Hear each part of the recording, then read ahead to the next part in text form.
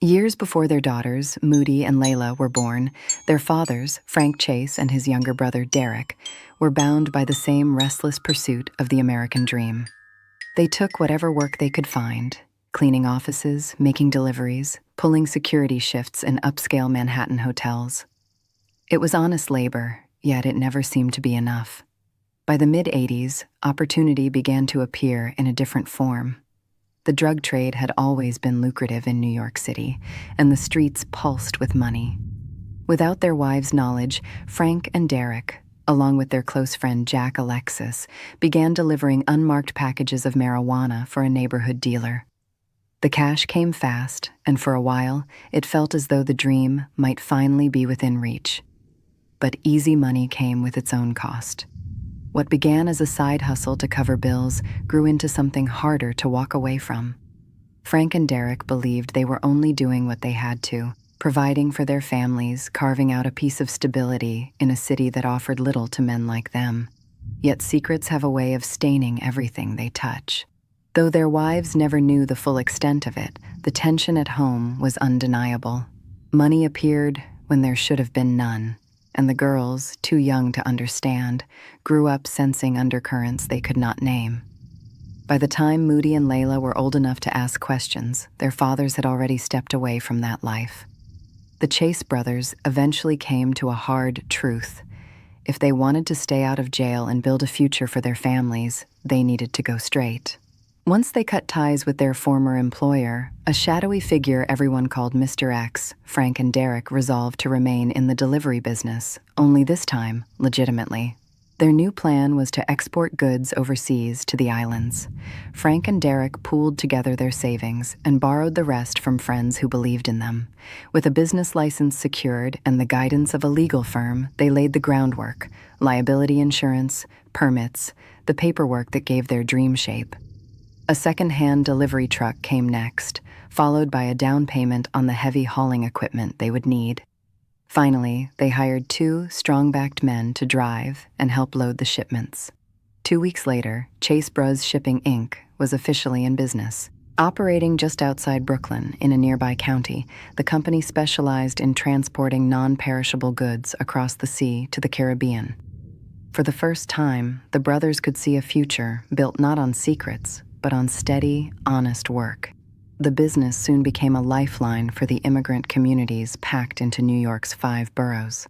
Nearly a third of them relied on the Chase brothers to send food, clothing, and whatever else they could spare back to the families they had left behind. Each day, customers arrived at the warehouse with boxes, barrels, and crates, stuffed with rice, canned goods, garments, and electronics, trusting Frank and Derek to see their offerings safely across the sea. The brothers took turns flying to the islands, unloading shipments by hand and making sure each delivery reached its destination. The work was steady, the reputation solid, and though modest, the business thrived. Everyone in the community knew the Chase brothers. Life in New York was good. Until tragedy struck. One morning, on his way to the airport, Derek's car was deliberately forced off the expressway. Witnesses later recalled how it rolled several times before bursting into flames, a fire visible from at least a mile away. Barely clinging to life, Derek was pulled from the wreckage and rushed to the hospital, where doctors delivered grim news to his family. He had suffered burns across more than half his body, and the prognosis was poor. Several days later, with his wife Doreen, his brother Frank, and 5-year-old Layla at his bedside, Derek drew his final breaths. His last words were broken but fierce. "He did this to me, Frank. He still thinks we cheated him. We never cheated anyone, never." Deep down, Derek couldn't help wondering, though, if this wasn't karma for their earlier, dirtier deeds. "What the hell is he talking about?" asked a puzzled Doreen, looking to her brother-in-law for answers. "My husband is not making any sense." Frank Chase looked down at his dying brother, but said nothing in response to his sister-in-law's desperate question. His silence was not indifference, it was calculation. His mind was already racing ahead. The funeral arrangements, who could take on Derek's share of the business, and whether he should pursue the man he believed responsible. Death is never convenient, he thought bitterly. Your only brother is gone, and it's your fault. What now, Frank? What the hell are you going to do now? The driver who forced Derek off the road seemed to vanish into thin air. Weeks of chasing dead ends yielded nothing, and soon Derek's death was filed away as another unsolved homicide in a city that already had too many.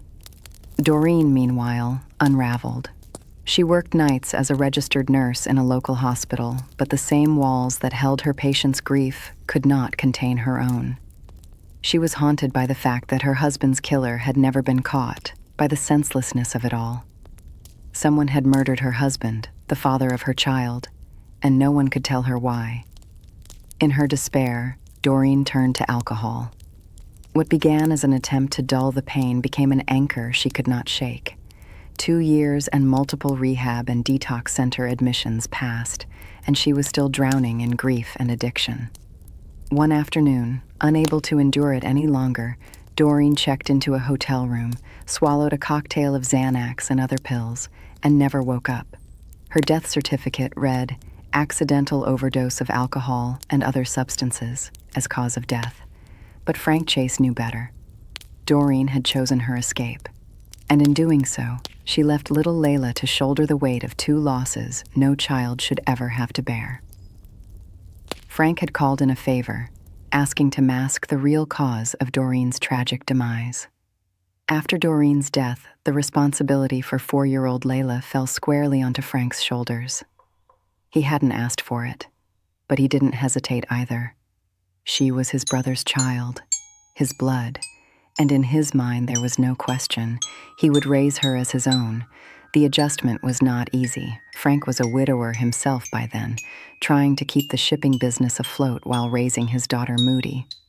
Now, with Layla in the household, there were 2 little girls to care for, 2 girls whose lives had already been shaped by loss. Still, there was a strange kind of blessing in it. Moody and Layla became inseparable, bound together by grief, but also by the comfort of each other's company.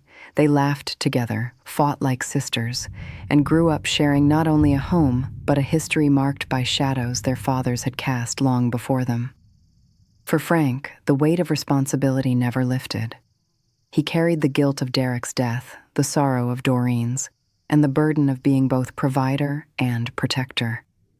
But as he watched Moody and Layla grow, he also carried a quiet hope that somehow, by raising them together, he might give both girls a chance at the future their parents had once dreamed of. Wherever they went, people always assumed that Moody and Layla were sisters. The fact that they had such similar features and were only a year apart in age only added to the confusion, and no one ever corrected them. After these 2 tragedies, the Chase family was finally on their way to putting the pieces back together. Born in Lyon, raised between there and Paris, France, Phaedra Duval-Charles was the daughter of a seamstress and an artist who mimicked the painting style of Claude Monet. She was beautiful with dark curly hair, curvy, athletic, and lit up any room she walked into. She met Frank in New York in the late 90s when she was a student studying art history and vacationing here in the city. Struck by her beauty, charm, and refinement, Frank pursued her relentlessly until she agreed to build a life with him. 6 months after meeting, they were walking down the aisle. Phaedra's personality was warm, sophisticated, and quietly ambitious. She put her own pursuits aside and was devoted to her daughter Moody and later Layla after losing both of her parents. Phaedra was determined to raise the girls with grace despite the rough edges of Brooklyn life. She was the kind of woman who commanded respect just by walking into a room. Elegant, but never fragile. Phaedra did not always see eye to eye with Frank. She dislikes his brushes with illegality and worried about the cost of his ambition. However, she loved her husband and was supportive of his efforts to create a better life for them. Phaedra had already begun to shape the lives of the 2 young girls. She insisted on giving them more than survival. She wanted them to have culture, refinement, a sense that the world was larger than their block in East Flatbush. At her urging, Moody and Layla were enrolled in Saturday French classes and ballet lessons at a small studio run by a retired dancer. Losing Derek had been devastating, and Doreen's death had nearly broken what remained of the Chase family. Just as they were beginning to stitch their lives back together, tragedy struck again. People say misfortune comes in threes. This time, it proved true. One heavy summer afternoon, 5-year-old Moody returned from day camp to the quiet of their home, only to discover her mother, Phaedra, floating face down in the swimming pool. For a moment, the world froze. Moody stood rooted in place, her breath trapped in her chest, unable to scream. The water was so still. Her mother was not moving. Why was she just floating there? Why are you not swimming, Maman? You love to swim. Swim, Maman. Swim. It was Layla who finally wandered up close, saw what had unfolded, and ran to get Uncle Frank for help, her small voice cracking with panic. The paramedics had arrived swiftly and worked on Phaedra for nearly an hour, their movements urgent, mechanical, desperate. Chest compressions and mouth-to-mouth resuscitation were administered expertly, but it was no use. Frank stood by in mute disbelief as they tried to force life back into her. At last, one of them shook his head, his voice gentle but final. "I'm so sorry. We did everything we could, sir. She was in the water too long." The coroner cited Mrs. Chase's death as accidental drowning due to head injury, even though the autopsy clearly revealed that she had been struck in the back of the head with a large, blunt object, and then thrown into the pool to make the whole thing look like an accident. This was also supported by the fact that no water had been found in Phaedra's lungs. Daddy said Maman, French for mother, drowned in the swimming pool, and now she is in heaven. Once she got over the initial 6-year-old old Moody was overcome with an overwhelming sadness and abandonment. Where Layla seemed to be able to deal with loss, well, perhaps desensitized after losing both parents, and it now became expected to lose people you loved. It would take years of therapy to deal with the loss. Her mother was gone, taken without warning, and Moody felt as though the world had suddenly become a colder, emptier place where she no longer belonged. The death of Phaedra Chase made some people suspicious. How could she have drowned when she was such an excellent swimmer? She taught both she and Layla how to swim. It just didn't make any sense. The answer was simple. Once more, Frank Chase had stepped in to protect his family. He could not live with the notion of everyone, especially his daughter, knowing that his wife, his darling Phaedra, had been murdered in their own home. The guilt of not being there to protect her gnawed at Frank, heavy as iron in his chest. But he forced himself to stand tall, for the girl's sake. Moody, still so young, sank deeper into her grief, her small shoulders carrying a sorrow far too large for her age. How much more could the Chase family endure? Hadn't tragedy already claimed enough? For the first time, Moody understood what her cousin Layla felt, the hollow ache of growing up without a mother's hand to guide her. Maman would never be there to see her daughter blossom, never whisper the lessons of womanhood, never sit proudly in the audience at her graduation. She would not witness Moody walking down an aisle, nor cradle the grandchildren she might one day have. All of those moments stolen. Moody had a lingering memory of Maman. The day before Phaedra was killed, Moody woke to a brand new pair of candy-red big girl shoes sitting on her bed. They were the same pair that she had seen in Alexander's department store at the plaza. They were the same shoes she had begged Maman for weeks to buy her, even though it wasn't her birthday or Christmas or Easter. Layla had thought they were ugly, but Moody didn't care. She wanted those shoes and thought they were the prettiest shoes she ever saw in her entire life. Moody sat there on her bed admiring them, thinking they were magical. She did not see her mother standing in the doorway smiling at her daughter until Mrs. Chase finally spoke up. "You like them, mon chéri?" "Oui, maman." Moody had been practicing her French and looked forward to learning more words and phrases from her mother. "Ils sont beaux, sont-ils pas?" "Yes, they are very beautiful," answered Moody. "Français, ma chère. Parlez français," her mother insisted. "Oui, elles sont très belles." Moody translated the same phrase, smiling. "Put them on, sweetheart. Let's see how they look on your feet." "Oui, maman, d'accord." Moody donned the shiny black shoes with the 1-inch heels and strode back and forth across the room. Maman always said that she was a runway model in the making. "Magnifique," beamed Mrs. Chase. They fit perfectly. I just knew they would. Merci beaucoup, maman. I'll never take them off. You're welcome. Je t'aime, Moody. I love you too, maman. Je t'aime aussi. Très fort. Moody hugged maman and danced around the room happily in her new shoes. Her mother laughed and joined her daughter in the silly dance, which included the pirouettes learned in ballet classes. It was one of the happiest days in Moody's life. That was her last memory of maman. And then there were three: Frank, Moody, and Layla. The three musketeers.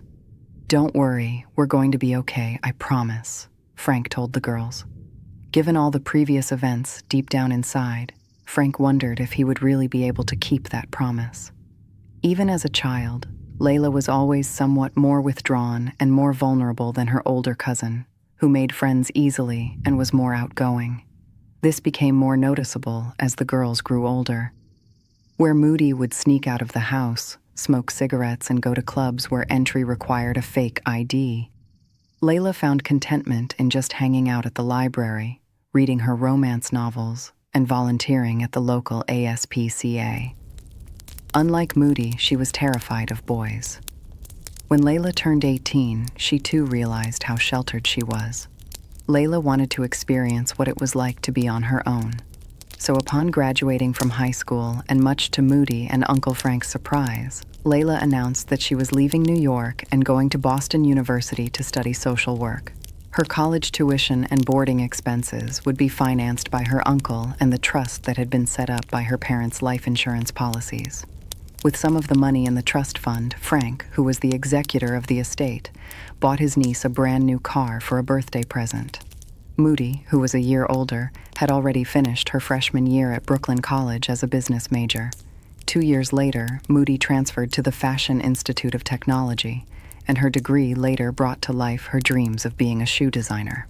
It was in her junior year in college that Layla met her husband, James Dunley, a handsome economics major who was also in the Army Reserves.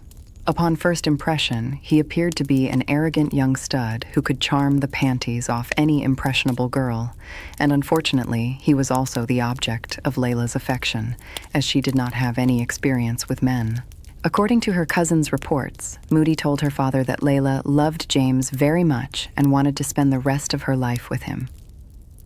When Layla finally brought her boyfriend home for Thanksgiving dinner to meet the family, Moody decided that she disliked James Dunley on the spot. He was a control freak and a male chauvinist. Moody saw right through him and pulled Layla aside to try to talk some sense to her. "What the fuck do you see in that guy? He's so full of himself." "What are you talking about?" asked Layla. "Come on, I'm talking about the way he walks around like his shit doesn't stink. He's so smug. How can you even stand to be around him?" "'Cause why don't you stop being so judgmental? You've spent all of 5 minutes with him. Get to know James, you just might like him." "Somehow I doubt it. Did you tell him about your trust fund?" "You did, didn't you?" Layla looked at Moody angrily with her hands on her hips.